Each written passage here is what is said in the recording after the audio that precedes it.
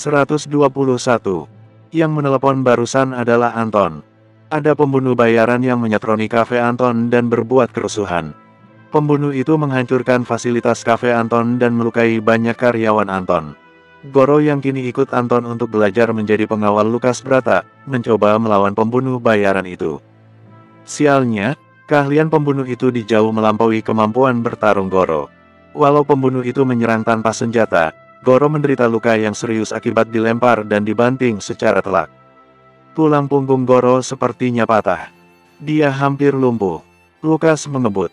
Kasihan Goro, dia punya anak istri yang mesti dinafkahi. Sampai di kafe, Lukas segera masuk ke gudang penyimpanan lalu masuk ke pintu menuju ruang bawah tanah. Kondisi Goro memprihatinkan. Dia merintih kesakitan. Segera bawa dia ke rumah sakit terbaik. Kalau perlu dibawa ke luar negeri, ya bawalah. Jangan sampai dia meninggal, perintah Lukas. Anton memanggil anak buahnya yang selamat dan menyiapkan tandu untuk mengangkat Goro ke mobil. Segera mereka rombongan menuju rumah sakit terbaik. Anton berjanji yang akan membayar segala biaya penyembuhan Goro. Saat Goro sudah masuk ke ruang gawat darurat dan dalam penanganan dokter, Lukas menyeret Anton untuk bicara. Bagaimana bisa terjadi seperti itu? Kau tidak membantunya? Ampun, Bang, aku tadi lagi di luar, ada urusan, jawab Anton. Aku sudah berpesan padamu untuk melatih Goro dalam menghadapi pembunuh-pembunuh seperti ini. Seharusnya dia sudah lebih hebat daripada saat dia masih menjadi petarung, kesal Lukas. Maaf Bang, aku sibuk dengan urusanku sendiri sampai kurang memerhatikan Goro. Aku janji, aku bakal temani Goro di sini sampai pulih, janji Anton. Lukas bernapas berat, dia diam beberapa saat. Berpikir, ya sudah. Kawal dia sampai benar-benar pul, lalu setelah itu ku beri kau waktu 3 bulan untuk menyiapkan Goro agar sehebatmu, ultimatum Lukas. Siap, Bang, siap. Kau sudah temukan siapa jati diri si pembunuh bayaran itu? Tanya Lukas, setelah duduk gelisah di depan gawat darurat. Masih ku cari identitasnya, Bang. Fotonya berhasil ku jepret dengan bagus, mestinya tidak lama lagi akan keluar hasilnya, jelas Anton. Kirim kepadaku kalau sudah dapat. Akan kuhabisi dia seorang diri, janji Lukas. Anton menatap Lukas dengan kagum. Dia berani mati untuk orang-orang di dekatnya. Lukas bosan menunggu, dia minta Anton untuk menepati janjinya. Lalu dia pergi untuk pulang. Di perjalanan Lukas menelepon Martha. Minta maaf karena tadi tiba-tiba kabur. Dia menjelaskan bahwa temannya habis kecelakaan. Bagaimana kondisi keluargamu? Bisa menerima tentang kenyataan kita? Tanya Lukas. Mereka menerimanya dengan lapang dada. Syukurlah. Semoga lekas sembuh, temanmu itu, kata Martha. Lukas kembali ke kondo Melanie dan menceritakan apa yang dilaluinya hari ini. Melanie khawatir juga dengan kondisi Goro. Dia menyebut sewaktu di kantor dijaga olehnya, Goro bersikap sangat sopan dan dapat diandalkan. Semoga ditangani dengan baik, bahaya sekali itu punggung bisa patah. Sementara itu jauh di luar kota, tepatnya di puncak, Bogor, seorang pria bernama Lemans yang memiliki aset-aset berupa villa-villa tersebar di banyak tempat dengan nama Lemans Villa, mengadakan rapat di dalam ruangan gelap yang hanya menerangi meja tempatnya bermain poker.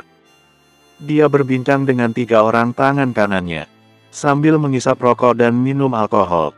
Sambil membahas sebuah rencana pembunuhan, mereka lempar-lempar kartu untuk menandingi satu sama lain.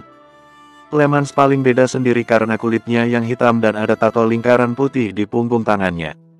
3 anak buahnya itu berwajahkan asing semua.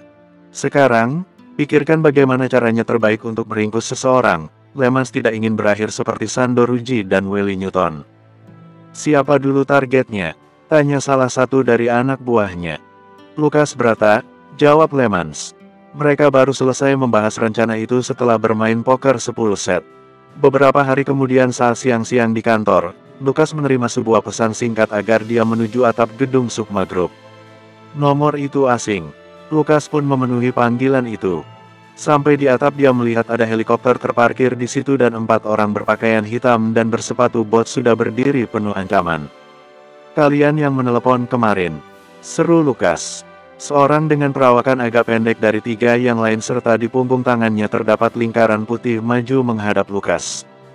Kami datang kemari untuk membalaskan kematian teman-teman baik kami. Oh, Kalian temannya Sandoruji dan Willy Newton. Kau harus membayarnya sekarang.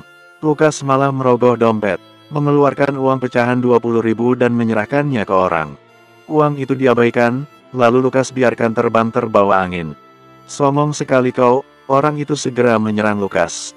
Pertarungan itu sengit dan begitu nikmat ditonton karena keduanya sama-sama hebat. Kalau ini pertandingan MMA pasti penonton akan bersorak gembira disajikan pukulan dan tendangan yang bagus. Mereka bertarung dengan tangan kosong. Lukas melakukan gerakan-gerakan yang dipelajarinya dari menonton acara gulat. Dia meninju perut lalu terbang dan menjepit badan musuh lalu menjatuhkan diri. Kepala orang itu menghantam tanah dengan keras. Orang itu pukulannya begitu cepat. Dalam 1 detik dia bisa melempar 5 pukulan yang cepat dan kuat. Beberapa kali membuat Lukas kurang antisipasi.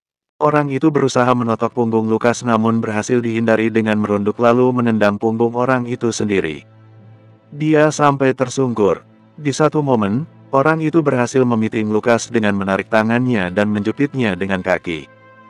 Lukas meronta sekuat tenaga dan menarik tangannya lalu menendang orang itu berkali-kali sampai jatuh berlutut.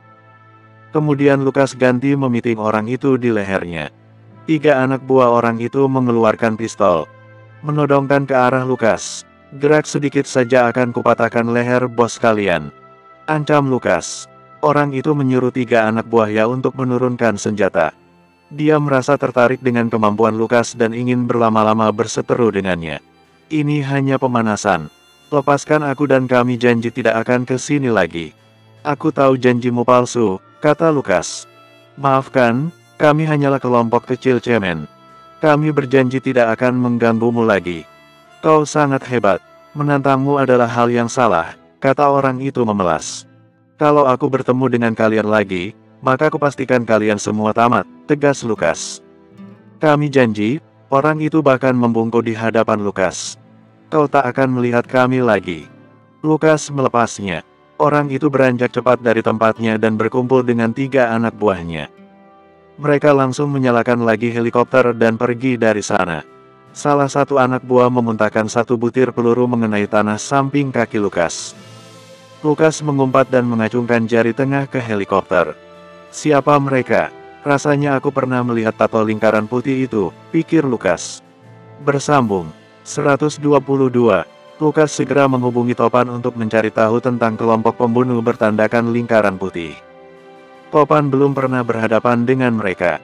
Coba untuk menggali info tentang mereka, pesan Lukas. Saat kembali ke lantai 30, Lukas mendapat informasi dari resepsionis bahwa ada orang yang menunggunya di lobi. Lukas segera turun menaiki lift. Orang yang ingin menemuinya tidak mau menyebut nama, hanya kode OL. Siapa nih OL? Jangan-jangan tim pembunuh bayaran lagi, hadeh. Gak habis-habis. Sampai di lobi, Lukas mencari-cari tanda orang yang berkodekan OL. Lukas bertanya-tanya siapa OL ini. Lukas melihat-lihat di lobi luar, tidak ada orang yang menghampirinya tiba-tiba dan menyerangnya. Dia menunggu 1-2 menit, lalu masuk ke dalam lagi. Barulah Lukas melihat seseorang. Dia segera menghampiri wanita cantik yang sedang duduk di sofa lobi. Lady Okta. Lukas baru paham sekarang, inisialnya dibalik. Lady Okta yang masih berseragam polisi, berdiri dan menyambut Lukas. Lukas, kamu sudah kelihatan segar sekarang, komentar Lady Okta yang paham bagaimana dikurung di sel bawah tanah selama berhari-hari. Ya, berkat senyumanmu juga, Lukas menggoda. Lady Okta tersipu-sipu. Jadi, OL ini inisialmu. Lady Okta tersenyum mengiyakan. Maaf ya, sengaja aku singkat biar seru. Sengaja bertemu di sini, takutnya Melanie tunanganmu sewot. Oh begitu. Lukas duga Lady Okta sudah menghubungi Melanie tapi tidak digubris. Oke. Dalam rangka apa nih ke sini? Lukas tak bisa lama-lama menemui Lady Okta di sini, khawatir Melanie mencarinya. Kamu ada waktu malam ini? Aku ingin mengajakmu makan malam. Ya sebagai wujud terima kasih. Aku naik pangkat, kata Lady Okta. Lukas membelalak senang, wah, naik pangkat. Selamat. Lukas menjabat tangan Lady Okta yang lembut nan tegas. Kamu bisa malam ini? Tanya Lady Okta. Lukas belum pernah makan malam bersama Lady Okta. Dia penasaran, pakaian apa yang akan dikenakan Lady Okta nanti. Jadi dia mengiyakan. Oke, Aku bisa. Oke, kalau begitu kita bertemu di restoran Italia ini. Lady Octa memberikan selebaran tentang restoran yang baru dibuka. Lukas melihatnya, sepertinya dia kenal dengan pemilik restoran ini. Setelah Lukas mengantar Melanie pulang, agak malam pukul 8, dia langsung berganti pakaian dan pamit pergi hendak bertemu seorang teman. Lukas bilang dia ingin menyelidiki satu petunjuk lagi. Melanie mengizinkan, di Kondoto ada permata yang menemaninya. Sampai di restoran, Lukas segera masuk dan mencari tanda-tanda keberadaan Lady Octa. Dia menyapu pandang ke para pengunjung yang mengenakan setelan-setelan necis, duduk bersama wanita-wanita cantik mereka dengan gaun-gaun menawan. Lukas yakin kecantikan dan kemulusan tubuh Lady Octa lebih memukau dari sebagian besar mereka. Dan itu dia, Lady Octa mengenakan gaun berwarna merah yang memperlihatkan belahan dadanya dengan licik menggoda. Lukas menelan ludah. Lady Octa tinggi semampai, lekuk tubuhnya bagus sekali. Kurva-kurva yang membuatmu susah tidur. Potongan rambutnya yang pendek memperlihatkan lehernya yang jenjang. Lady Octa menggunakan kalung dan anting emas. Lukas tak hentinya melongo sambil berjalan bagaikan robot. Lady Octa memandanginya sambil tersipu-sipu. Lukas memakai jas hitam biasa. Beberapa langkah lagi Lukas mendekat meja. Lady Octa berdiri lalu mengecup pipi Lukas kanan dan kiri. Lukas berdiri bulu kuduknya, apalagi ketika Lady Octa begitu dekat dengannya. Lukas dapat melihat belahan dadanya dengan lebih jelas, sampai kelihatan lekuk buah darda yang tertutup gaun. Lukas menelan ludah.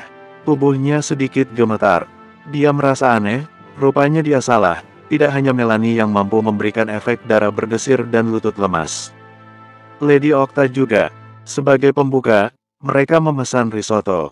Dalam waktu beberapa menit hidangan mereka datang diantarkan pelayan yang wajahnya familiar oleh Lukas. Pelayan itu membungkuk hormat kepada Lukas. Bon appetit, kata Lukas, menyeringai. Itu bahasa Spanyol, sahut Lady Octa. Dia tertawa. Mereka mulai menikmati risotto. Lukas memerhatikan pulasan bibir Lady Octa yang berwarna merah berani. Seolah bibir itu mengundang Lukas untuk melumatnya dalam gairah. Lukas mempertanyakan kembali, alasan apa sebenarnya Lady Octa mengajaknya makan malam. Mereka padahal belum memesan apa-apa lagi, tapi ada pelayan yang mendatangi mereka dengan piring perak berkilauan ditutupi tudung saji separuh bola perak berkilauan juga. Lady Octa mengernyit, dia merasa belum memesan apa-apa lagi. Si pelayan membuka tutup sajinya dan terpampanglah sekuntum mawar merah di atas nampan. Dari seorang pengagum, kata si pelayan. Otomatis Lukas menyapu pandang, mencari orang yang kira-kira mengirim mawar itu. Dia mencurigai seseorang dengan kepala botak dan berkacamata bulat hitam. Orang itu duduk bersama 3 wanita cantik dengan pakaian minim. Lukas melihat orang itu melemparkan pandang ketika Lukas memergokinya memandangi Lady Octa dengan mata jelalatan. Lady Octa mengambil mawar itu dan menghirupnya. Ini dari kamu ya? Romantis sekali, kata Lady Octa, tersipu. Lukas langsung tahu, Lady Octa naksir kepadanya. Ini kalau diteruskan bisa mengancam hubungannya dengan Melanie. Belum Lukas menjawab pertanyaan Lady Octa, orang yang dicurigainya sebagai pengirim bunga mawar berjalan mendekat. Sampai dia di hadapan Lady Octa, berlutut ingin tangannya disambut. Belum pernah aku melihat wanita secantik bidadari sepertimu. Warna merahmu menggugah jiwaku. Kulihat kau menerima mawarku, maka izinkan aku mengecup punggung tanganmu, sebagai tanda bahwa aku mengagumimu. Lukas mengernyit, merasa muak dan ingin menertawai orang ini. Lady Octa memandang orang itu antara risih dan heran penasaran. Tanpa sadar Lady Octa menyerahkan tangannya untuk dikecup. Segera dia tarik karena dia tidak begitu tertarik dengan orang kepala botak ini. Maafkan aku lancang, bidadari. Namaku Homer. Aku pemilik puluhan real estate terkenal di negeri ini. Lukas heran, kenapa orang-orang seperti ini mesti banget memamerkan hartanya padahal baru ketemu. Lukas yakin Lady Octa tidak senang dengan perlakuan seperti itu. Oh, ini mawar darimu. Lady Octa mengembalikannya. Kalau begitu ku kembalikan. Hamba mohon jangan, mawar ini sungguh untuk dirimu karena aku mengagumimu.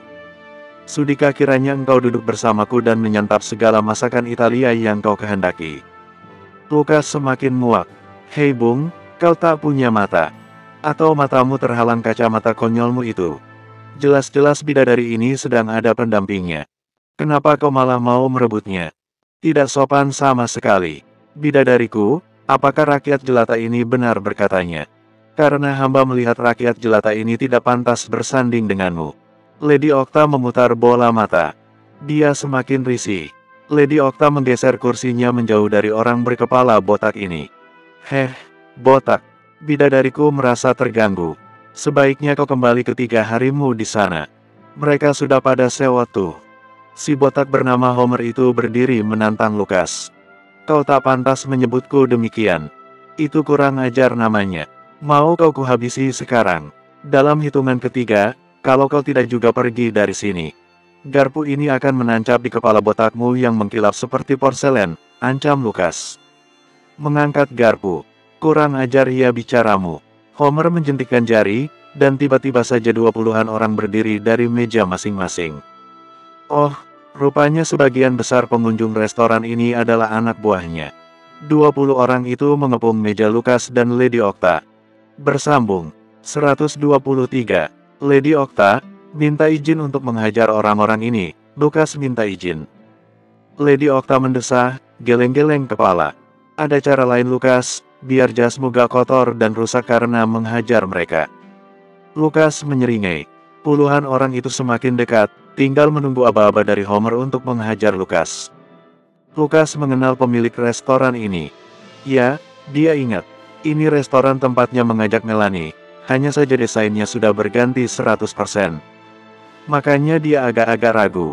Homer Simpson kan namamu? Ejek Lukas. Lady Okta tertawa, dia tahu Homer Simpson adalah nama tokoh kartun. Jangan kurang ajar kau, aku Homer Sukmawan. Homer menunjuk Lukas tajam. Puluhan anak buah Homer menggertak dengan menghentak lantai. Sekarang, orang-orang yang bukan anak buah Homer memutuskan untuk keluar saja dari restoran ini. Pasti sebentar lagi ada meja, piring dan pisau melayang. Mereka salah. Lukas mengambil garpu lalu mendentingkan ke gelas dengan semacam kode Morse. Beberapa saat kemudian sang pemilik restoran muncul. Dia pakai topi koboi. Homer, kau memang orang kaya dan mendekati mafia. Tapi satu hal, kau jangan macam-macam dengan orang ini. Pemilik restoran menembus kerumunan anak buah Homer, lalu mendekat ke Lukas. Berdiri di sampingnya, agak bersandar. Dia menjabat tangan Lukas. Mengedipkan satu mata. Juan Bahar, siapa memang orang itu? Dia sengak sekali, aduh Homer. Lukas Brata, yang berhasil membongkar kejahatan gembong narkoba gemilang di negeri ini, jawab Juan Bahar dengan bangga. Lady Okta bertepuk tangan. Lukas berdiri lalu membungkuk merasa terhormat. Homer tampak kaget, dia menyuruh anak buahnya untuk kembali ke mejanya masing-masing. Orang itu, dia. Homer terbata. Ya, dia orangnya. Kau harusnya merasa terhormat bisa bertemu dengannya secara eksklusif, kata Juan Bahar. Lukas Brata tertawa. Sungguh tidak masalah, kecuali kau memang pengin bikin masalah. Aku kebiasaan kalau ada orang bikin masalah aku akan ladeni. Lukas mengepalkan tangan, pura-pura mengancam. Homer maju dan membungkuk, kalau begitu, maafkan aku pahlawan Lukas. Ya, minta maaflah ke Lady Okta, polisi wanita cantik ini, suruh Lukas. Homer kaget lagi, bidadari ini, polisi. Muka Homer jadi pucat. Lady Okta dengan tegas mengembalikan mawar merah itu. Lain kali, kalau mau mengincar perempuan, kau sebaiknya tahu orang itu pekerjaannya apa. Nih mawarnya, makan saja sana. Homer membungkuk malu dan minta maaf berkali-kali. Dia menerima mawar itu dan mematahkan kelopaknya lalu menyumpalkan ke dalam mulut. Aduh, beneran dimakan, Lady Okta tertawa. Homer kembali ke mejanya digiring Juan Bahar. Lady Okta dan Lukas melanjutkan makan dengan hidangan-hidangan yang diberikan gratis oleh Juan Bahar. Selesai makan, Lukas mengantar Lady Okta pulang karena dia ke restoran ini tidak membawa mobil. Lukas membukakan pintu mobil kepada Lady Okta saat tiba di depan rumah. Kamu tidak mau mampir? Tawar Lady Okta. Dia menggaruk-garukkan kaki ke tanah. Aku sebaiknya pulang saja, kata Lukas, takut sesuatu terjadi kalau dia masuk ke rumah Lady Okta. Lady Okta tampak tidak senang dengan jawaban itu. Sebagai balasnya, dia mendekat ke Lukas lalu menyatukan bibirnya ke bibir Lukas. Kerasukan entah apa, Lukas membalas kecupan bibir itu dengan gairah menderu-deru. Bibir Lady Okta lembut-lembut tebal. Tangan Lady Octa mengusap-usap belakang kepala Lukas. Suara mobil lewat mengusaikan adu bibir itu. Lukas yang berusaha melepaskan sementara Lady Octa seperti menagih untuk lanjut. Maaf, Lady Octa, tidak seharusnya. Tidak, aku yang minta maaf. Baik, kita lupakan saja ini pernah terjadi ya. Besok-besok jangan dibahas. Wajah Lady Octa memerah. Lukas mengangguk, dia agak kikuk mau berpamitan dengan Lady Octa.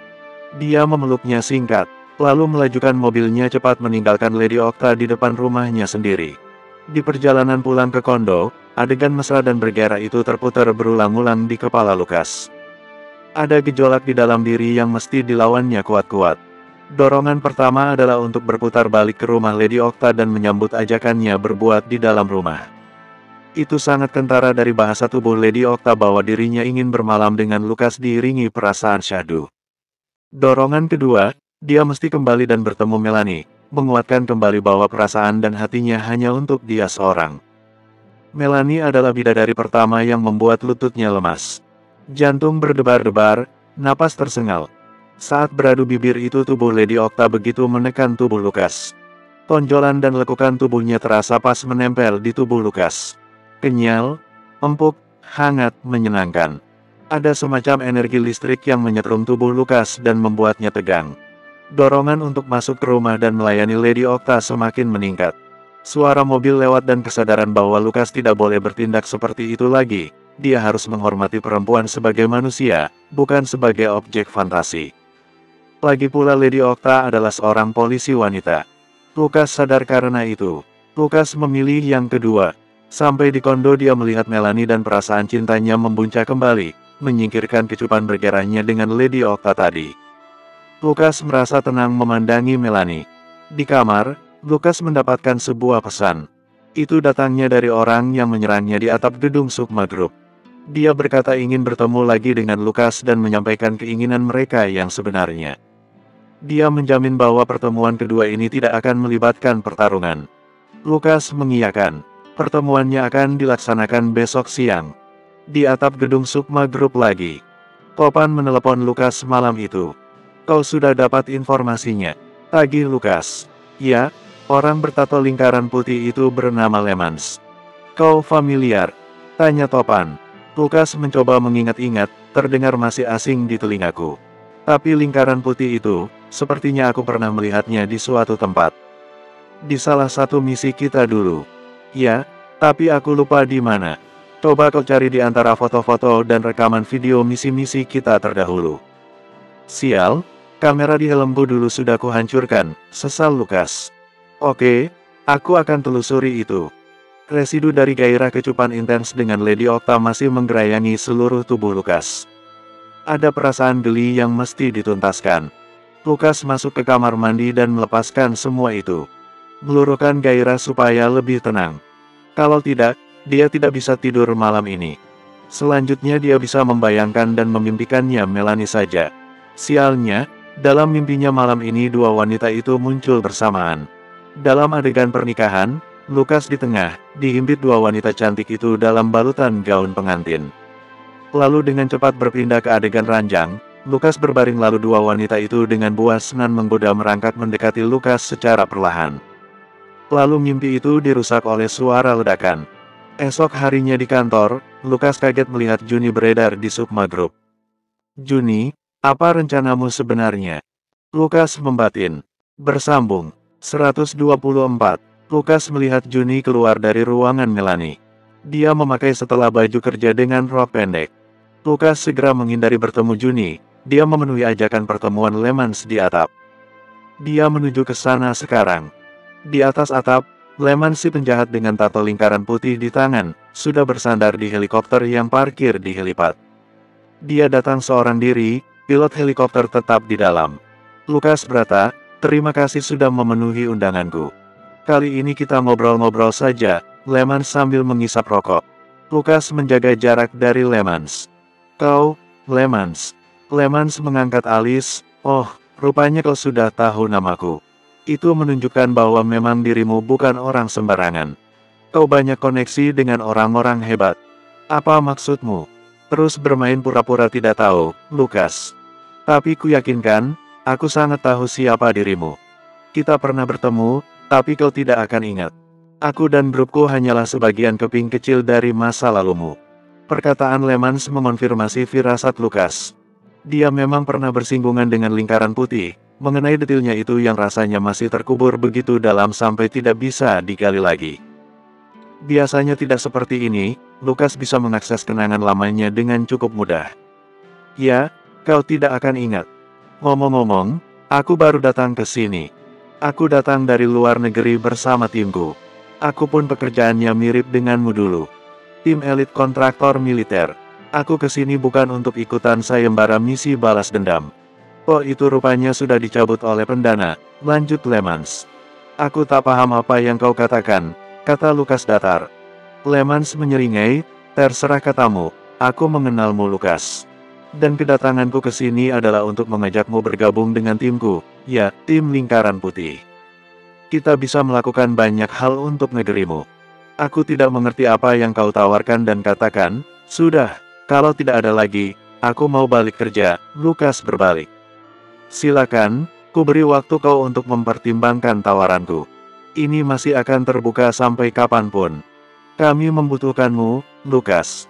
Negeri ini membutuhkanmu, seru Lemans. Dia bersiap masuk ke helikopter dan lepas landas.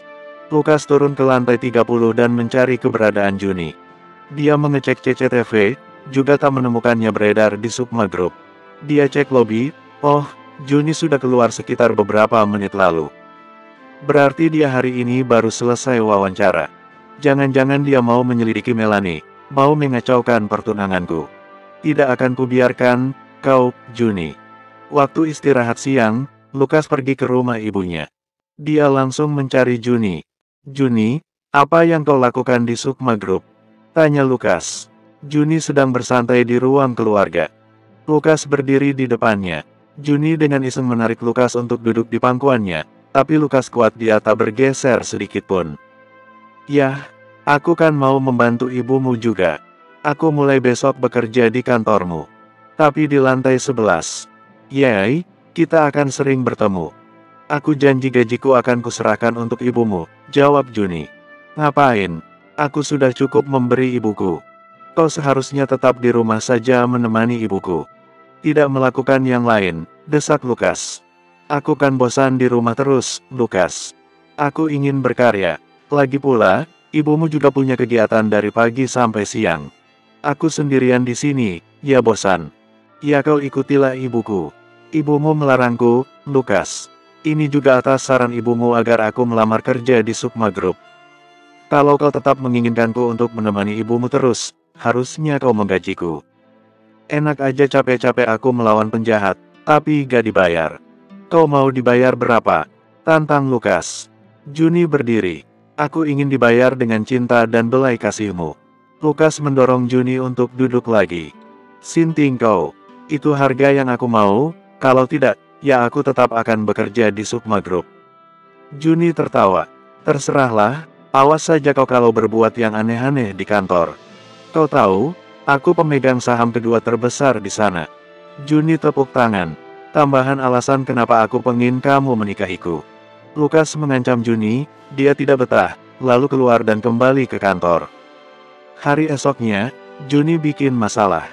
Dia menunggu di lobi saat Lukas memarkirkan mobilnya dan membukakan pintu mobil Melanie. Tiba-tiba Juni menyerbu Lukas dan memeluknya. Lukas, aku kangen.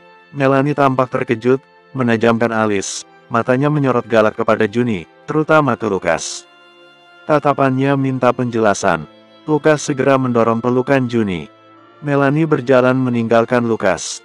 Awas kau ya, ancam Lukas kepada Juni. Dia kemudian mengejar Melanie. Melanie tunggu. Melanie sudah duluan masuk lift, Lukas ketinggalan. Maka dari itu dia menyusul dengan berlari menanjak tangga. Sampai di lantai 30 Lukas ngos-ngosan. Meski dengan staminanya yang sangat panjang, berlari naik tangga adalah langkah yang bodoh. Dia menyesal sudah bodoh karena panik. Padahal di sebelah liftnya Melanie, terbuka beberapa saat ketika Lukas mulai menaiki tangga. Dia mengutuk dirinya. Melanie, aku bisa jelaskan, kata Lukas begitu dia masuk ke ruangan Melanie. Melanie menatapnya heran. Bajumu basah begitu, kamu habis ngapain? Aku berlari naik tangga untuk menyusulmu. Lukas mengatur napasnya. Bego banget. Melanie menggeleng. Tadi itu. Namanya Juni. Dia baru bekerja di sini. Iya, aku sudah tahu. Aku yang menerimanya bekerja di sini, potong Melanie. Siapa dia sebenarnya? Pacarmu. Kok bilang-bilang kangen begitu? Melanie bersungut-sungut. Bukan. Tentu saja bukan. Dia itu, sepupu jauhku. Sekarang lagi tinggal di rumah mama, jawab Lukas. Kenapa kamu tidak cerita sih? Karena aku pikir itu tidak penting. Lukas, kamu ingin aku mengumumkan pertunanganku denganmu tidak? Tembak Melanie. Tentu saja mau, itu kan yang aku inginkan, jawab Lukas. Ya kalau begitu bertingkahlah selayaknya pria yang sudah punya tunangan. Orang-orang pada melihat tadi saat Juni memelukmu begitu mesra. Dia bilang kangen begitu kencang, tegas Melanie. Kau coba urus itu sepupumu, kalau benar dia sepupumu, bukan kekasih gelapmu. Oke, aku akan bereskan masalah ini. Lukas pamit turun ke lantai 11. Di sana dia mendapati Juni tengah dikerubungi laki-laki di lantai 11. Mereka senang sekali menyambut Juni yang cantik dan seksi. Lukas berdeham dan mereka pun memberikan Lukas jalan. Semua orang tahu Lukas pemegang saham kedua terbesar meski jabatannya saat ini adalah sebatas bodyguard sang CEO. Juni, ikut aku, kita perlu bicara. Lukas menarik tangan Juni. Juni tampak tidak mau, dia berpura-pura merasa tersakiti tangannya ditarik Lukas. Laki-laki yang mengitarinya menyuruh Lukas untuk melepaskannya. Ini bukan urusan kalian, saya berhak untuk mengajaknya bicara sekarang juga, tegas Lukas. Bung, kau tidak bisa berbuat seenaknya begitu. Mentang-mentang megang saham, itu pun saham limpahan kan. Kau bukan beli sendiri. Jangan bertingkah seperti anak bos di sini. Lepaskan tangan Juni, ancam salah satu. Kau tidak usah ikut campur, ancam Lukas. Laki-laki muda ini begitu berani membela Juni dan melawan Lukas. Kalau tidak kenapa? Bersambung. 125. Kau tidak ingin bermacam-macam denganku, kata Lukas. Juni masih pura-pura sedih, raut wajahnya membuat banyak laki-laki di sana mengasihaninya dan siap membelanya dari gangguan Lukas. Juni sengaja mengeluarkan suara mengadu karena pergelangan tangannya dicengkeram Lukas. Padahal tidak begitu keras-keras amat. Wah, mentang-mentang jadi pahlawan pembongkar kebusukan gembong narkoba ya kau jadi semena-mena begini. Tidak ingat kau waktu baru pertama jadi satpam di sini. Sikapmu suka sok ramah ke karyawan di sini semua. Hardik salah satu. Iya, tingkahmu seperti anak yang punya perusahaan saja. Yang anaknya sungguhan saja gak sebelagu ini, sahut yang lain. Aku calon menantu yang punya perusahaan ini, aku Lukas. Halah, ngaku-ngaku saja kau. Laki-laki di sana menyeret Lukas keluar. Lukas memilih untuk tidak membikin ribut. Dia hanya akan membuat malu Lukas. Juni, urusan kita belum selesai. Kita masih perlu bicara, pesan Lukas. Lukas angkat tangan, minta dilepaskan dari cengkeraman laki-laki di sana. Oke, kalian benar. Aku tak semestinya berlaku demikian. Maafkan atas ketidaknyamanannya. Nah begitu dong. Itu baru namanya kesatria, kata orang yang pertama menantang Lukas. Mereka tidak jadi merusuhi Lukas, justru menepuk pundaknya. Aku tahu kau orang baik, makanya kami kaget kau berlaku belagu kayak tadi. Lukas merenungi lagi perkataan mereka. Ada benarnya. Lukas tidak pantas bersikap arogan seperti itu. Meskipun dia tahu latar belakang Juni sebagai pembunuh bayaran, dan entah apa motifnya sekarang tiba-tiba muncul di kehidupan Lukas, dia tetap harus memperlakukan wanita dengan sikap hormat. Dengan agak lesu dia masuk ke kantor Melanie. Bagaimana? Sudah diurus? Tagih Melanie. Lukas mengangguk. Diam sesaat. Bagaimana kalau kita kunjungi mamaku sore ini? Mau ngapain? Tanya Melanie ketus. Ya, biar kamu tanya langsung ke mama, siapa itu Juni? Oke kalau begitu, nanti sore. Siang hari Juni menghampiri Lukas di lantai 30, mengajaknya makan di kantin. Juni menyeringai licik. Lukas menurutinya. Sambil dia mencari tahu permainan apa yang sedang dimainkan Juni selain mau mengacaukan hubungannya dengan Melanie. Jadi, kamu sudah lihatkan kesaktianku, buka Juni saat mereka ambil tempat duduk dan memesan burger. Selain pembunuh bayaran berdarah dingin, Juni bisa dengan cepat meluluhkan hati laki-laki. Tentu dengan penampilan, makanya dia sekarang jadi sangat cantik dan seksi. Dia menginvestasikan ke wajah dan tubuh. Itu senjata paling ampuh perempuan. Juga cara dia berbicara dan membolak-balikkan fakta. Bermain jadi korban. Suara manja. Tanpa menunggu lama, laki-laki satu gedung mungkin akan bertanding untuk mendapatkan hatinya. Alias tubuhnya. Dengan cara seperti itu, Lukas tahu, kekerasan tidak akan bisa mengalahkan Juni. Entah kenapa, kehadirannya justru lebih mengancam daripada para pembunuh bayaran yang ikut sayembara Nagasinaga. Apa tujuanmu bekerja di sini, Juni? Tanya Lukas tajam. Sudah kubilang, aku hanya pengen cari duit. Mencoba hidup normal sepertimu. Aku mengikuti jejakmu, Lukas. Perkataan ini persis seperti yang dikatakan Anton di awal dulu. Pasti ada udang di balik batu, aku mengenalmu.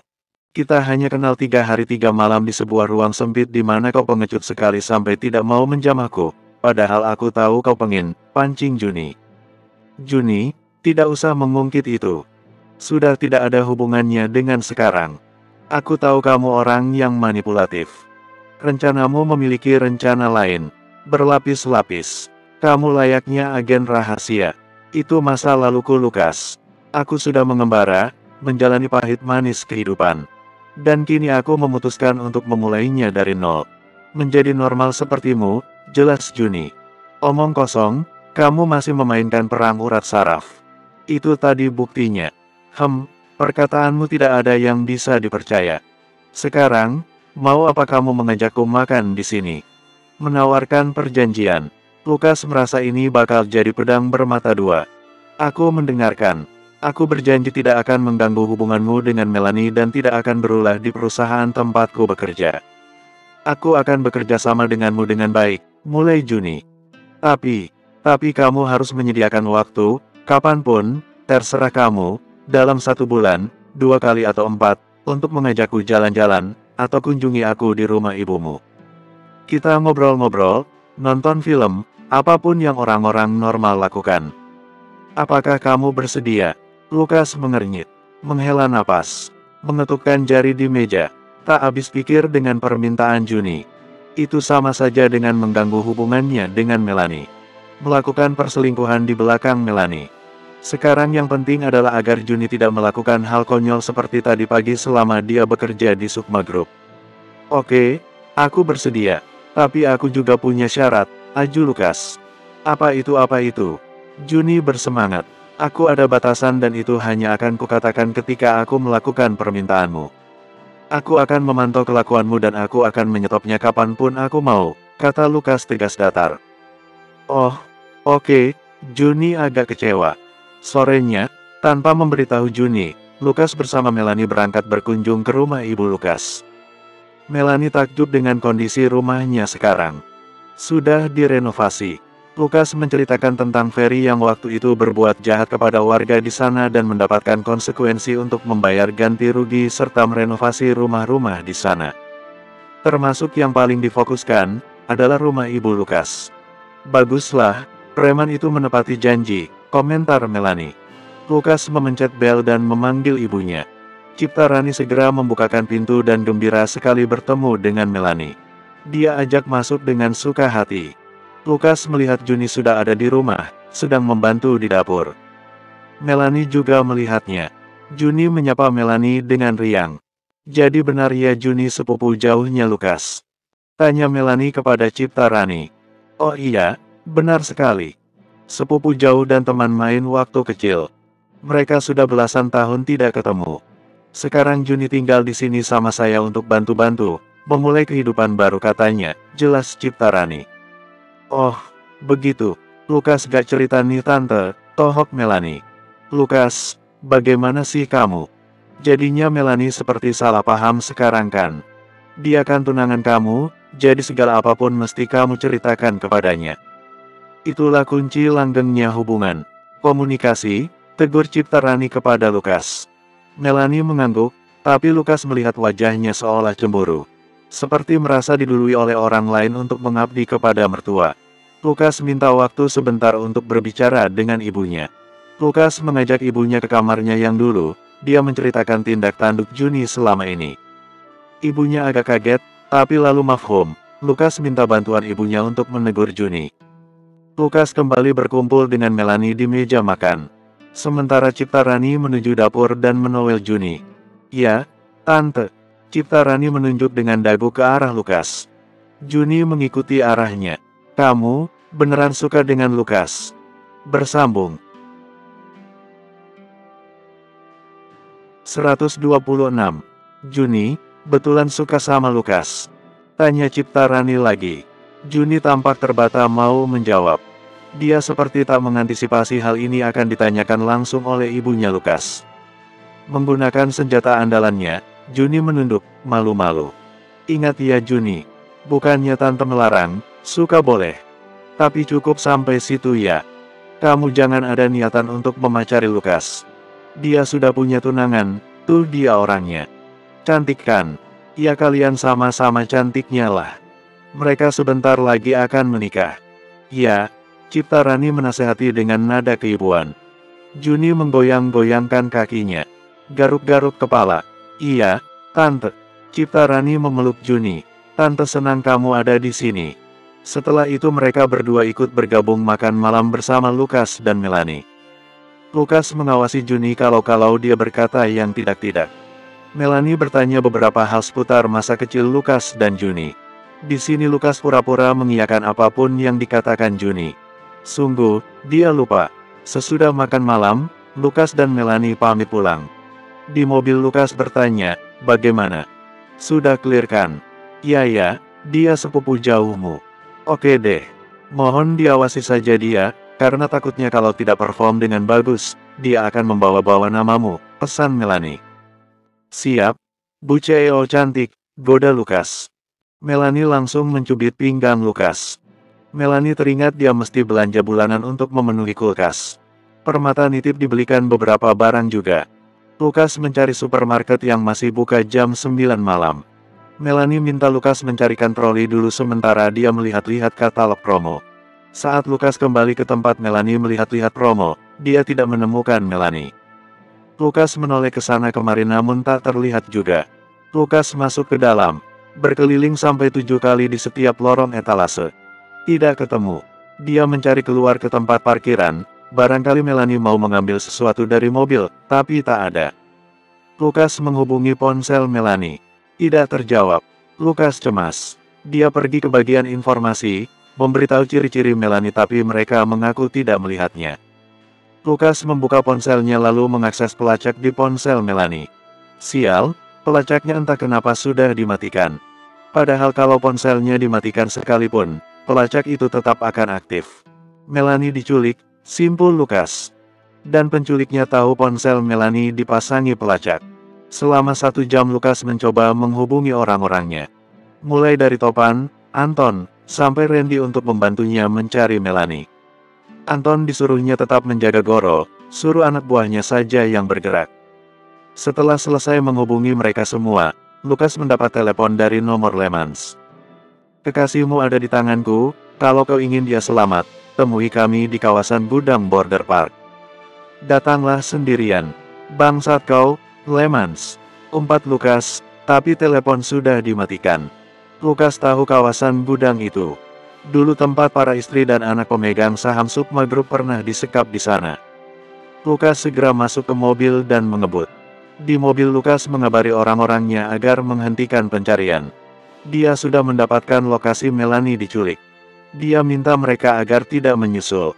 Lukas tahu apa yang diinginkan Lemans. Dia hanya butuh bicara, Lukas perlu mendengarkannya dengan seksama. Lukas menuju ke kawasan gudang itu dalam waktu 20 menit.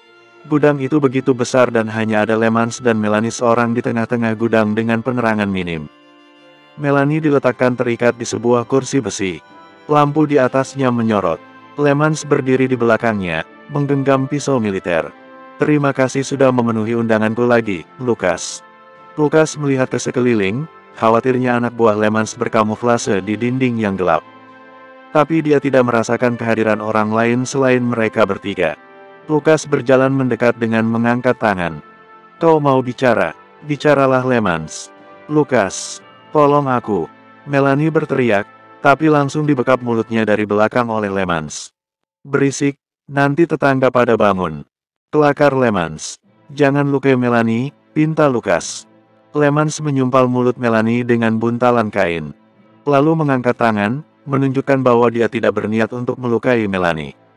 Dia hanya akan kubebaskan kalau kau melakukan salah satu dari ini, kau bergabung dengan timku atau kau hubungi pemimpin tim Bratajayamu yang masih aktif sekarang. Jangan pura-pura bego sekarang, aku tidak akan percaya.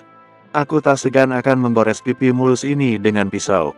Bila dingin pisau militer lemas mengusap pipi Melanie. Melanie bergetar tubuhnya. Hentikan, seru Lukas. Apa urusanmu dengan pemimpin Bratajaya? Lukas dulu memang salah satu dari pendiri tim elit itu, dan Bratajaya diambil dari nama ayahnya. Tapi semenjak dia keluar, rekan-rekannya juga menyusul keluar sehingga tim itu dianggap bubar. Baiklah, sekarang waktunya untuk sesi konseling. Lemans mengisyaratkan Lukas agar lebih mendekat. Mempersilakannya duduk. Lemans memberikannya kursi lipat besi yang lain. Lukas dengan maksud baik menuruti permainan Lemans. Sejauh apa dia ingin mengorek tentang Bratajaya? Apa yang mendasarinya melakukan ini semua hingga menculik Melanie? Lemans memulai dengan bagaimana sebenarnya awal dia mengenal Lukas pada salah satu misi di luar negeri. Lingkaran Putih adalah tim elit militer rahasia yang dibentuk di Indonesia juga kala itu. Tim elit ini memperbolehkan perempuan bergabung. Di suatu misi itu, Lemans satu tim dengan adik perempuannya yang hebat. Lemans menyebut Lukas waktu itu masih baru, masih sangat hijau dalam menjalankan misi penyelamatan. Salah satu pemimpin tim di Bratajaya berbuat serong, secara tiba-tiba dia membongkar identitas adik perempuannya dan menculiknya. Dengan sedih Lemans menceritakan bahwa adiknya diperkosa lalu dibunuh. Lemans menemukan jasad adiknya tak bernyawa di sebuah losmen kumuh. Dia bersumpah akan memburu orang itu dan membalaskan dendam. Gara-gara kejadian itu tim Lingkaran Putih bubar. Dendam Lemans semakin kesumat. Dia mengasingkan diri dan membuat dirinya seolah sudah mati, tak terdaftar lagi di sistem. Beberapa hari lalu dia melihat aksi luar biasa heroik Lukas menumpas gembong narkoba. Dia teringat tentara muda yang melakukan tugas dengan baik. Melanie tanpa disadari menitikkan air mata. Lemans meminta maaf bahwa dia mesti menculiknya, karena kalau tidak, Lukas tidak akan mendengarkannya. Mendengar cerita Lemans, Lukas jadi merasa bersalah. Salah satu alasan dia keluar dari Bratajaya adalah dia merasa para petinggi di sana sudah kelewat batas dan tak manusiawi. Kegagalan misi terakhirnya waktu itu karena ada campur tangan petinggi yang pelin-pelan. Lukas merasa ada andil di sana. Dia berbelasungkawa terhadap Lemans dan mengerti dengan dorongannya untuk balas dendam. Maka Lukas memberikan nomor topan kepadanya untuk membantunya menemukan orang yang dicari. Lukas pun sudah tidak tahu bagaimana kabar mereka semua. Dia tidak peduli. Sebelumnya Lukas menjelaskan terlebih dahulu kepada Topan. Temannya itu mengerti dan setuju dengan misi balas dendam Lemans. Lemans berterima kasih lalu melepaskan Melanie. Lukas segera membantu Melanie berjalan dengan memeluknya dari samping, mengiringnya masuk ke mobil. Perjalanan pulang ke kondo dihiasi keheningan. Melanie tampak resah sejak tadi. Akhirnya, dia menanyakan hal itu lagi. Lukas, tolong jawab dengan jujur. Apa itu Bratajaya? Bersambung. 127. Lukas salah merasa kalau dia sudah aman dari pertanyaan itu. Selamanya sampai dia tidak segera menceritakannya dengan jujur kepada Melanie, selama itu pula Melanie akan bertanya-tanya. Tidak cukup bagi Melanie tahu tentang ibunya. Dia mesti tahu tentang latar belakang Lukas yang sebenarnya. Kamu masih tidak mau jawab? Desak Melanie. Lukas mendesah tak nyaman. Dia mencengkeram kemudi lebih erat. Bukannya tidak mau, tapi itu sudah tidak penting lagi bagi kehidupanku yang sekarang. Lukas memilih menghindari bercerita daripada berbohong. Alasan ini toh masuk akal dan memang benar yang dirasakannya. Tidak penting. Melanie meninggi. Begini, Melanie. Bratajaya adalah bagian dari masa laluku yang ingin kukubur dalam-dalam. Aku tidak ingin mengungkitnya lagi karena yang terpenting saat ini adalah masa depan kita. Tolong hargai aku yang tidak ingin membawa-bawa masa laluku untuk masa depanku, jelas Lukas. Tapi aku ini tunanganmu Lukas, aku berhak tahu. Suatu waktu nanti ya, kalau aku sudah bisa dengan legowo menceritakannya secara penuh. Untuk saat ini aku memilih untuk tidak. Aku sedang berusaha keras untuk menguburnya Melanie. Bratajaya adalah sesuatu yang ingin kulupakan. Tapi nyatanya susah kan? Yang kamu mau kubur rupanya kini muncul lagi ke permukaan, berusaha menarikmu lagi. Bagaimana kalau cara melupakan yang baik adalah dengan menceritakannya ke orang terdekatmu? Lukas, saat ini, aku kan orang terdekatmu. Melanie berubah lembut, ini malah membuat Lukas jadi tidak nyaman. Melanie, nanti ya, mohon bersabar. Melanie mendesah panjang, dia diam cukup lama. Sampai akhirnya dia berkata, baiklah, cukup adil kalau begitu. Kulihat kamu juga sudah sabar menemani hari-hariku yang rumit, dan sabar dalam menghadapiku yang tak kunjung memperjelas status pertunangan ini. Oke, aku akan bersabar, Lukas. Lukas tersenyum. Terima kasih, Melanie. Melanie rautnya jadi tak tertebak. Lukas jadi resah. Sampai di kondo, Melanie langsung masuk kamar. Lukas pun masuk ke kamarnya sendiri. Dia menghubungi Topan segera, menanyakan apakah dia sudah membalas pesan Lemans. Aku belum membalasnya, jawab Topan, nadanya agak khawatir karena Lemans tidak bisa langsung dipercaya. Oke, bagus kalau begitu. Kau jangan langsung percaya. Aku pun merasakan sanksi dengan ceritanya. Kau coba selidiki dahulu kebenaran tentang kasus adiknya itu. Kalau memang benar itu terjadi, maka Bratajaya dari dulu sudah tidak beres. Kau bisa kirim orang untuk membantu Lemans. Oke, Lukas. Apa kau mau tahu siapa orang yang dituduh Lemans memperkosa adiknya? Aku tidak mau tahu. Aku mau kubur bagian itu, kata Lukas tegas. Lalu menutup teleponnya. Lukas membaringkan diri dengan tangan sebagai bantal. Dia menatap langit-langit, membayangkan yang indah-indah. Wajah Melanie. Kehidupan tenang dan damai bersama Melanie. Memiliki anak-anak lucu yang berlarian di dalam rumah. Hidup normal yang dia dambakan. Lukas mendesah, sampai kapan ini ya? Lama-lama dia capek juga berkelahi terus. Keputusannya untuk membantu Lemans mengundang satu kekhawatiran besar. Bila yang disangkakan Lemans benar, dan orang-orang ex-Bratajaya yang ikut bersama Topan turut andil membantu Lemans membalas dendam ke ex-petinggi Bratajaya, kemungkinan besar petinggi itu bakal tahu siapa yang membocorkan keberadaannya. Itu berarti akan memicu konflik baru dan lebih besar. Para petinggi itu adalah jenderal. Alih-alih ingin membayangkan kehidupan indah bersama Melanie, Lukas jadi memikirkan potensi konflik itu. Di akhir pekan, Pak Haryanto meminta Lukas dan Melanie untuk menyiapkan acara makan malam. Ini kali pertama Pak Haryanto mengundang Ciptarani untuk membincangkan masalah pertunangan Melanie dan Lukas. Lukas menyanggupi. Di malam Sabtu, sepulang kerja dia dan Melanie berbelanja. Membalas hari kemarin yang batal gara-gara Melanie diculik Lemans. Melanie sudah tidak membahas perkara itu lagi, dia fokus ke acara makan bersama besok. Lukas menduga Juni akan diajak ibunya untuk datang juga. Selain memasak sendiri, Lukas minta bantuan Juan Bahar untuk mengantarkan makanan ke kondo Melanie esok hari. Juan Bahar menyanggupi. Esoknya sekitar jam 10 pagi, Ciptarani datang bersama Juni. Ibunya memakai gaun yang telah lama tak dipakainya. Rasanya gaun itu sudah berusia 10 tahun. Dan Juni tampil cantik nan modis modern.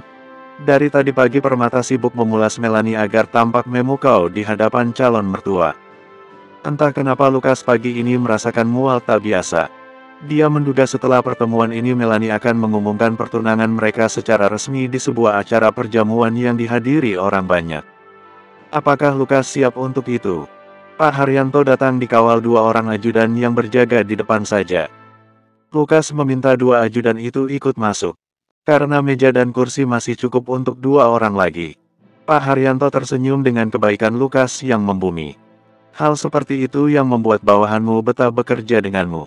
Juan Bahar rupanya mengirim juga seorang koki untuk memasakkan hidangan dadakan. Sebelum memulai acara makan bersama itu, Lukas diajak Pak Haryanto untuk bicara. Dia menanyakan bagaimana perkembangan Sukma Group. Lukas menjelaskan setelah upayanya berhasil menguak kebusukan Lukito dan menjatuhkan gembong narkoba Gumilang, proyek-proyek yang tadinya dianggap bermasalah kini jadi paling gemilang. Pak Haryanto senang mendengar itu. Kamu sudah membuktikan bahwa kamu bisa menyelesaikan masalah Sukma Group. Saya bangga. Kalau ada sesuatu yang terlampau sulit, saya siap turun tangan. Pak Haryanto menepuk pundak Lukas. Kini, Lukas hanya khawatir kalau Juni akan berkata yang aneh-aneh. Dia awasi Juni dan memberikan kode, ingat dengan perjanjiannya. Jangan bikin rusuh. Juni duduk di sebelah Permata. Saat Melanie keluar dari kamarnya, semua mata tampak tertegun. Apalagi Lukas, dia tidak berkedip. Lukas menggeserkan kursi untuk Melanie duduk. Ketika hidangan disajikan oleh pelayan yang dikirim juga oleh Juan Bahar, tiba-tiba Juni berceletuk. Wah, enak-enak sekali, yang manakah yang masakan Bu Melanie? Melanie sampai berdeham. Lukas menendang kaki Juni. Pak Haryanto memecah suasana canggung itu dengan tertawa. Ayo main tebak-tebakan saja. Saya dengar Lukas juga ikut memasak. Ah, semua ini enak. Jadi tidak usah dipikirkan siapa yang memasak. Yang penting kita semua senang dengan hidangannya. Makanan yang enak, bikin bahagia toh. Lukas deg-degan, acara ini seolah-olah seperti acara lamaran. Lukas ditemani ibunya untuk melamar Melanie. Pak Haryanto membahas acara peresmian pertunangan Melanie dengan Lukas bersama Ciptarani. Karena mereka masing-masing adalah orang tua tunggal. Lukas menawarkan tangan kepada Melanie untuk disambut, menunjukkan bahwa hubungan mereka sudah mesra dan tak ada paksaan lagi. Melanie agak ragu untuk menyambutnya, tapi akhirnya tangan Lukas digenggam juga. Juni yang menyaksikan itu merasa kesal. Lalu dia melihat tatapan Permata di sebelahnya juga tampak kesal. Dia yakin, Permata juga tak rela Lukas akan menikah dengan Melanie. Dalam hati dia bersiasat, bagaimana kalau Permata diajak bekerja sama untuk merusak hubungan Lukas dan Melanie. Bersambung 128. Acara makan bersama itu berlangsung kondusif. Lukas tidak mengkhawatirkan Juni akan meracau lagi. Dia bersikap baik selama sisa makan bersama itu. Bahkan dia kelihatan akrab dengan Permata. Waktu Permata izin ke kamar kecil, tak lama Juni menyusul. Lukas muncul curiga, tapi langsung ditepisnya. Lukas sedikit lebih tenang dan yakin bahwa dirinya seutuhnya dapat memiliki Melanie. Melanie tidak kelihatan menentang rencana acara pertunangan secara resmi yang dibicarakan oleh ayahnya dan Ciptarani. Lukas pun hanya mengusulkan beberapa hal agar tidak terlalu membuat Melanie kesal. Ciptarani tampak haru melihat Lukas dan Melanie saling menggamit tangan. Hidangan yang disajikan orang suruhan Juan Bahar sangat enak. Semua orang di sana menikmatinya. Melanie lahap juga makan banyak. Kira-kira mereka menghabiskan 4 jam di meja makan. Makanan yang disajikan berganti dengan porsi cukup, jadi setiap orang tidak merasakan terlampau kenyang. Waktu selesai, Lukas minta resep dari koki.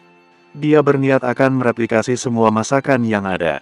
Ciptarani diajak Lukas melihat-lihat kondisi kondo, dia berdecak kagum. Lalu Lukas mengajaknya ke kamar. Ciptarani memuji Lukas yang masih rajin. Situasi kamarnya sangat rapi dan minimalis. Bahkan seperti tidak terlihat Lukas menempati kamar itu. Barang-barang Lukas tidak kelihatan berserakan. Mama bangga denganmu, Lukas, kata ibunya. Terima kasih, Mah. Melanie pasangan yang tepat buatmu. Mama jadi gak sabar kalian cepat-cepat menikah. Mungkin tidak dalam waktu dekat ya, Mah. Masih banyak yang kami berdua harus urus. Terutama masalah perusahaan, kata Lukas. Oke, tapi jangan lama-lama ya. Menjelang sore Lukas mengantarkan ibunya dan Juni pulang.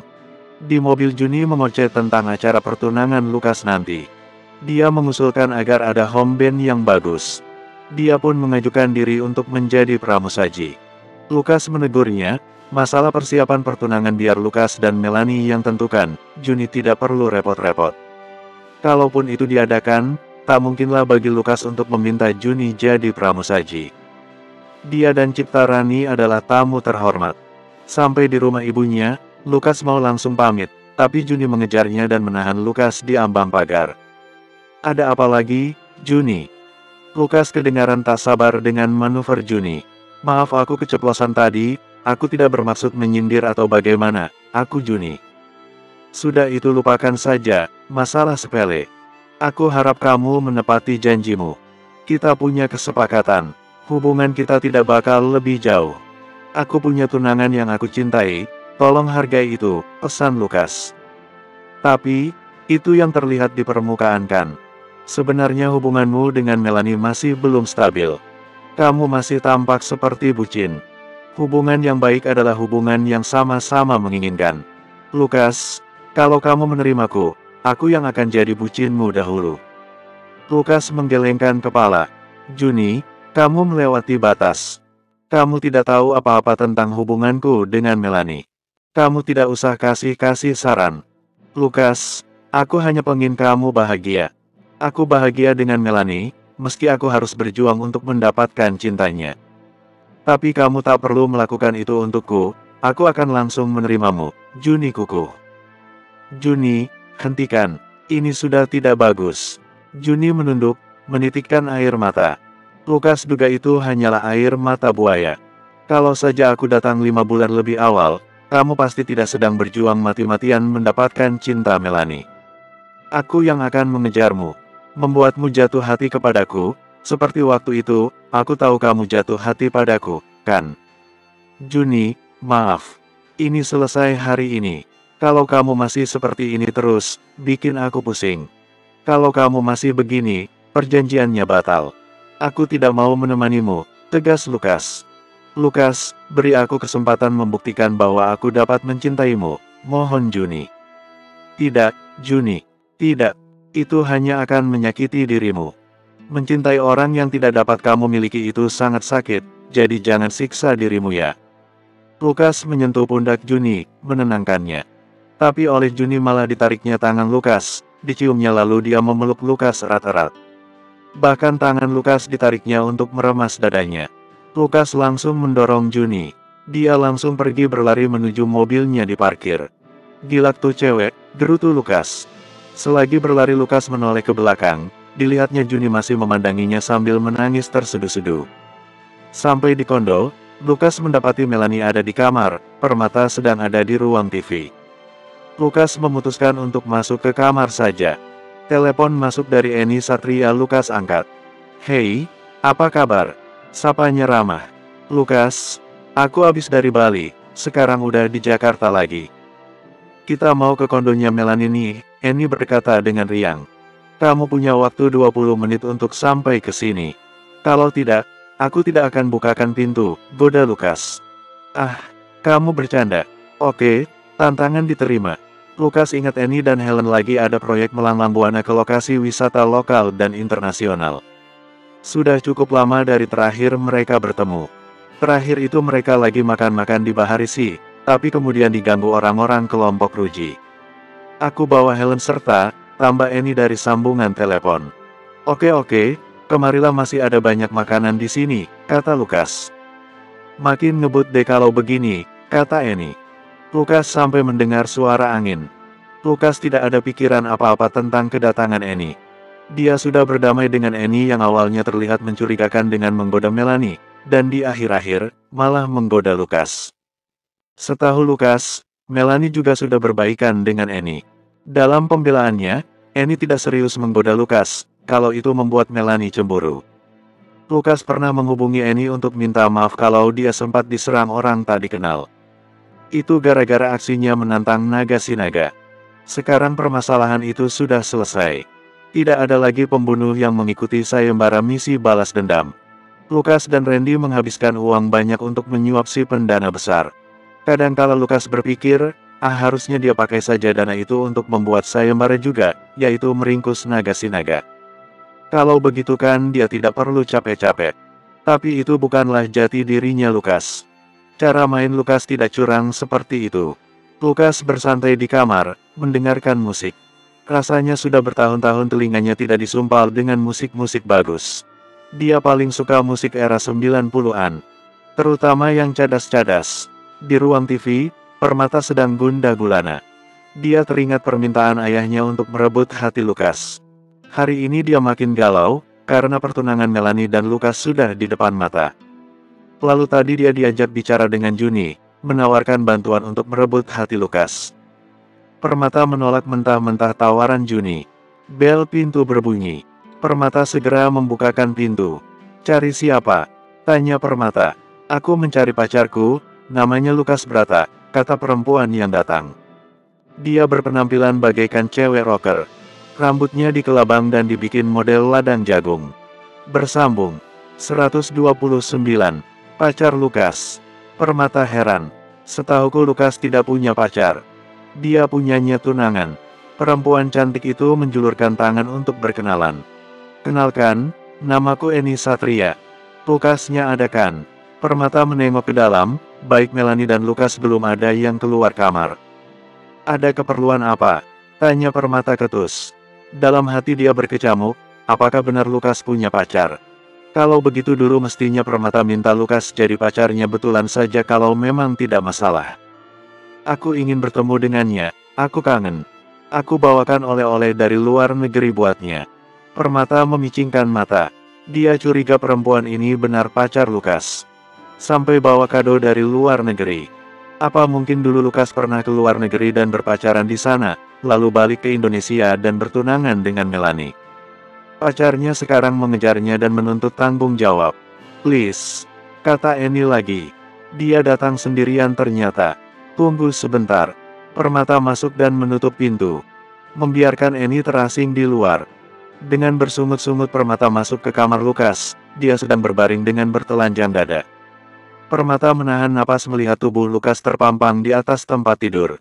Begitu kekar tapi ada banyak bekas luka.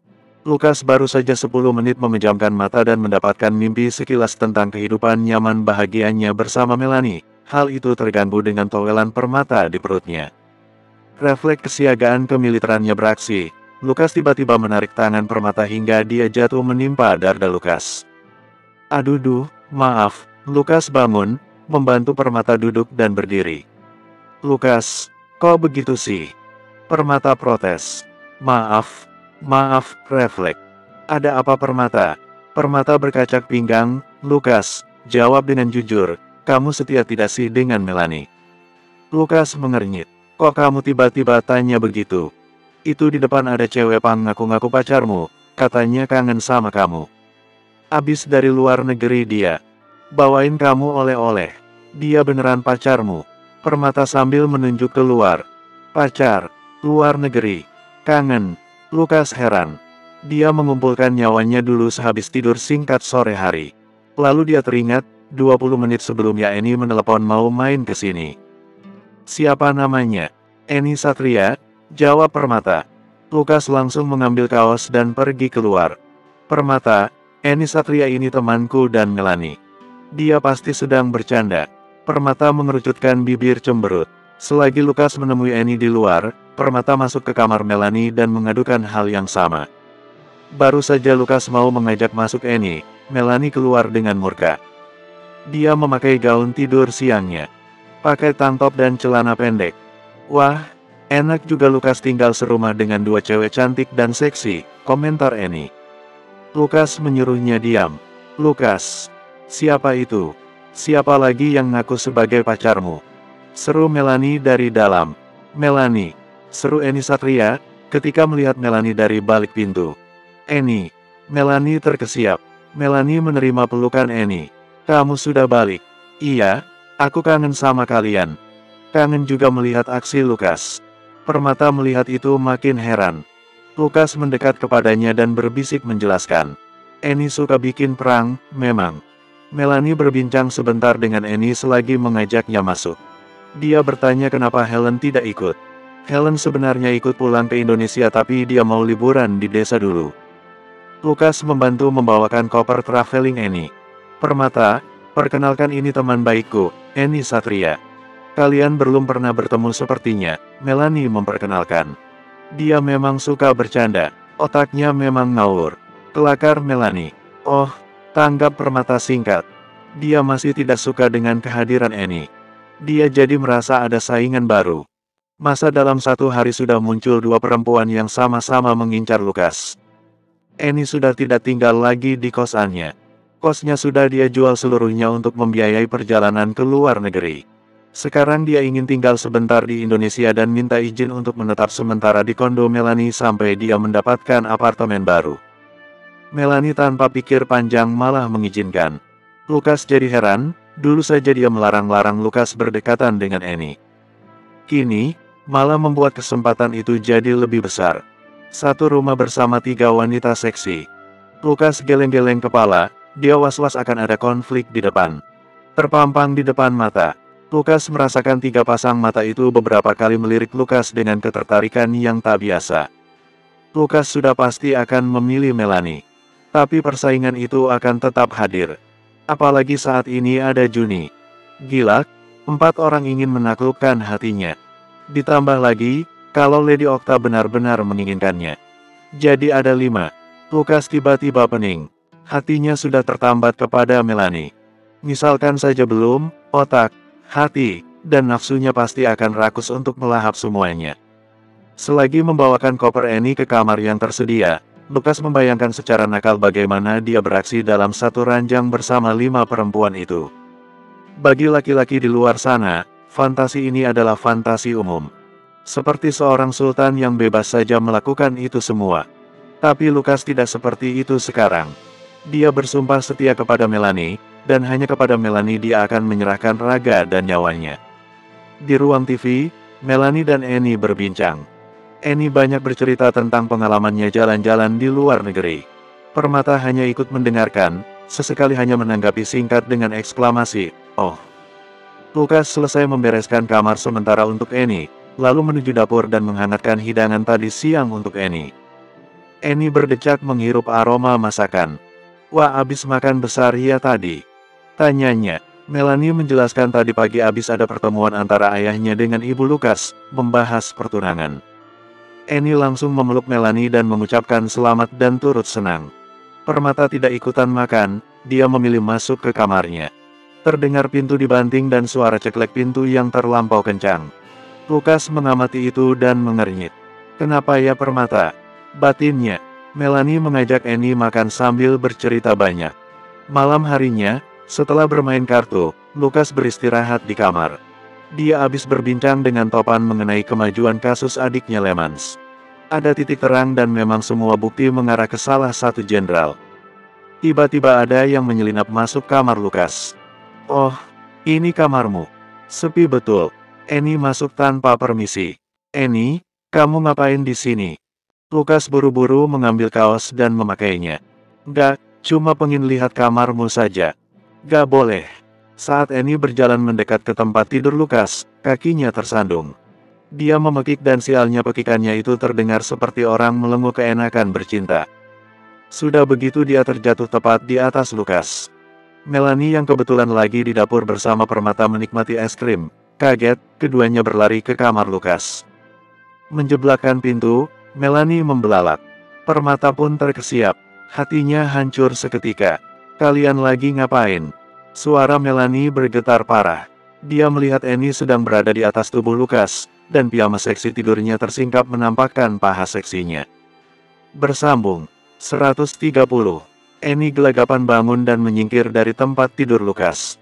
Dia membetulkan piyamanya. Lukas pun segera duduk di pinggir. Dia menatap tajam Annie. Dari mata Lukas, dia ingin Annie yang menjelaskan duduk perkaranya. "Melanie, ini bukan seperti yang kamu bayangkan." "Melanie, ini bukan seperti yang kamu bayangkan. Aku gak sengaja jatuh menimpa tubuh Lukas. Aku kesini hanya mau mengobrol," bela Annie. "Ngobrol kan bisa di luar. Ngapain mesti ke kamar? Kamu kan tahu Lukas tunanganku." Melanie meninggi suaranya. "Maaf, Melanie, sungguh aku tidak bermaksud yang aneh-aneh. Aku hanya iseng." Annie seperti sedang disudutkan. Tiba-tiba Permata bersuara, dia membela Annie. "Melanie, sudah, dia memang kesandung terus jatuh. Itu lihat, posisi sandal Lukas acak-acakan. Dan toh lihat, kalaupun mereka sedang bercumbu, pasti kelihatan bekasnya. Kamu lihat bibir Annie bekas dikecup gak? Lukas juga masih pakai baju lengkap. Mukanya masih mengantuk begitu." Melanie bernapas berat saking marahnya. Dia berusaha keras mengendalikan diri. Tidak ingin meledak-ledak. Mendengar penjelasan Permata, semua yang dikatakan Annie masuk akal. Dia tidak jadi melanjutkan marahnya. Melanie memilih untuk keluar dan mengunci diri di kamar. Permata berkacak pinggang. "Lukas, katakan sejujurnya. Betul kan kalian tidak ngapa-ngapain? Jangan buat aku menyesal sudah membelamu tadi." Permata suaranya tak pernah setegas ini. Padahal biasanya dia paling santai. Lukas mengusap-usap wajahnya. "Annie, kalau ngeprank jangan keterlaluan. Ini sudah keterlaluan sampai Melanie berpikir kita sedang bercumbu. Maaf Lukas, aku melewati batas. Aku janji tidak akan begitu lagi, kalian jangan marah ya, Annie memohon. Permata menimbang, apakah itu betulan yang terjadi? Dia sama seperti Melanie, berpikir kalau Lukas berbuat serong, main perempuan di luar sana. Menggoda Annie di luar sampai Annie mengejarnya di sini dan menuntut untuk dijamah. Dia mengingat pengorbanan yang dilakukan Lukas untuk membantunya. Permata memutuskan untuk percaya. Oke, aku akan bantu untuk menjelaskan ke Melanie. Semoga dia percaya dan melupakan semua ini. Terima kasih, Permata. Aku berutang budi padamu, kata Lukas. Tidak Lukas, aku yang sudah banyak berutang budi padamu. Hal ini, kecil. Permata mendekati Lukas dan menyentuh pundaknya. Terima kasih, Permata, kata Annie. Permata menyuruhnya diam. Kalau kamu masih ingin tinggal di sini sementara, jangan berbuat yang aneh-aneh. Apalagi terhadap Lukas atau Melanie. Camkan itu. Annie mengangguk. Paginya, Annie menebus kesalahannya dengan membuatkan mereka semua sarapan. Annie yang pernah belajar jadi barista juga menyiapkan kopi. Aroma harumnya menggugah Melanie, Permata dan Lukas keluar kamar. Melanie yang sebenarnya masih bersungut-sungut, menyesap kopi buatan Annie jadi agak mendingan perasaannya. Mereka berkumpul di meja dapur. Duduk di kursi tinggi dan menikmati kopi bikinan Annie. Permata minta ditambahkan krimer dan susu. Annie dengan senang hati menyajikannya. Annie pun cerita kalau di luar kota dia pernah bikin kedai kopi, tapi gagal. Lawan bisnisnya sudah terlampau luas jangkauannya. Permata sampai bilang kalau Annie ada niatan untuk buka kedai lagi di sekitar sini, dia akan berinvestasi. Annie sangat senang mendengarnya. Selagi menunggu Annie menuntaskan hidangan sarapannya, Lukas menerima telepon dari Cokro, kepala kepolisian tempat Lady Okta bertugas. Halo, angkat Lukas. Lukas, maaf mengganggu waktunya sebentar. Saya Cokro. Ya, tidak masalah. Ada apa Pak Cokro? Kami di lembaga kepolisian melihat aksimu dalam membongkar kebusukan gembong narkoba Gumilang. Kami sangat terpukau. Melalui banyak pertimbangan, kami ingin merekrutmu sebagai konsultan tim operasi khusus yang nanti akan digawangi oleh Lady Okta. Apakah kau bersedia? Pak Cokro langsung pada pokok pentingnya. Lukas berpikir keras, kenapa tiba-tiba kepolisian berminat kepadanya. Dia ragu kalau hanya terpukau saja. Mereka pasti ingin mengetahui seluk-beluk masa lalu Lukas. Sampai saat ini yang dia tahu adalah, pihak kepolisian tidak ada yang tahu tentang Bratajaya. Saya akan pikirkan dahulu. Baik, kami tunggu kabar baik darimu. Waktu Lukas kembali ke dapur, tak sengaja Annie mengiris tangannya. Refleks, Lukas berlari untuk menolongnya. Jari yang teriris segera Lukas isap darahnya. Lukas tak sadar melakukan itu karena sudah refleks kalau ada orang tersakiti, dia akan membantu. Sadar melihat Annie tampak sumringah, Lukas menyudahi mengisapnya lalu menuju lemari P3K, menyerahkan plester kepada Annie. Lukas menerima tatapan tajam penuh cemburu dari Melanie. Dengusannya sepanas naga, Melanie berputar dan masuk ke kamar. Pintu dibanting cukup keras. Permata menggelengkan kepala. Bikin gara-gara terus kamu, Lukas. Ini hari Minggu yang hening dan penuh kecemburuan di kondo Melanie. Seharian itu Melanie tidak keluar kamar. Dia memesan makanan dari luar dan meminta Permata yang mengambilkannya. Lukas jadi bingung. Dia malah bikin parah kejadian semalam. Hari Seninnya, Lukas mengantar Melanie ke kantor. Melanie dari sejak masuk mobil sampai di kantor tidak menggubris Lukas sama sekali. Lukas memutuskan untuk membiarkan waktu menjelaskan semua. Bahwa kecemburuan Melanie tak lain karena benih-benih cinta sudah tertanam dan mulai tumbuh. Ponsel Lukas berbunyi, Cokro menghubunginya lagi.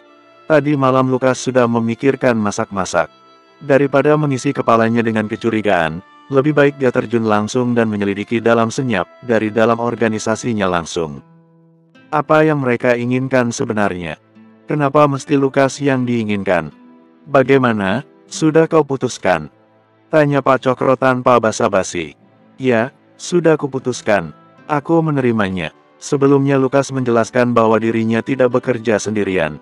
Dia punya banyak kawan yang hebat-hebat dan secara sukarela membantunya. Salah satunya dia menyebut Anton sebagai tangan kanannya. Bagus.